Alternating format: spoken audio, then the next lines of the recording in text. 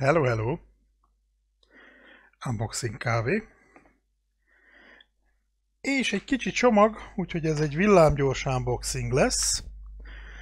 Ami azt jelenti, hogy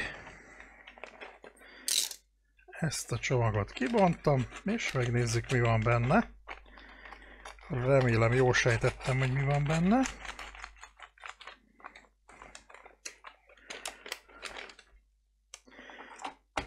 Ez. Nos, ez kérem szépen 2 darab USB hub. Az egyik nekem lesz, a másik nem. Sima USB 2-es.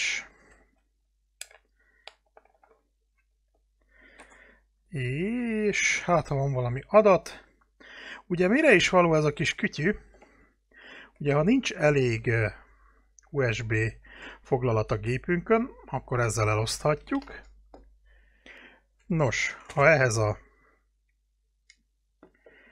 elosztóhoz vásárolunk egy ilyen USB hosszabbító kábelt, ami ugye így néz ki, hogy az egyik vége megy a gépbe, a másikba belehelyezhető ez az elosztó, és már is valahova kivezethetjük az asztalunkra, és akkor dughatunk rá egeret, billentyűt, bármit, nem kell messzire elvezetni. Ugye, hogyha egy kicsit messzebb van az asztaltól például a gép, és kényelmetlenül rövidek a billentyű egérkábelek, akkor ez már meg is oldotta így ebben a formában a problémánkat. Viszont telefontöltésre, hát ha egyet dugunk rá, még alkalmas, de túl sok eszközt tölteni ne dugruljunk rá. Ugyanis, ahogy az USB, ez is egy 5 voltos szerkezet, ugye 5 voltot ad le az USB, viszont csak 500 mAh-t.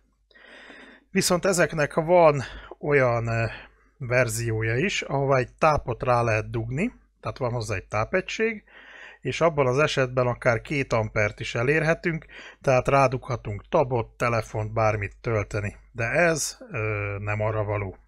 Tehát ez inkább arra való, hogy az asztalra felvezessük, jelen esetben valahogy így, és akkor rádugjuk az egeret, billentyűt, pendrive-ot, jó, esetleg telefon, fényképezőt, hogyha éppen akarjuk leszedni róla a képeket, stb. Tehát ilyesmire alkalmas ez az elosztó, ha valaki nem tudta volna. Úgyhogy ez egy ilyen rövidke kis bemutató volt.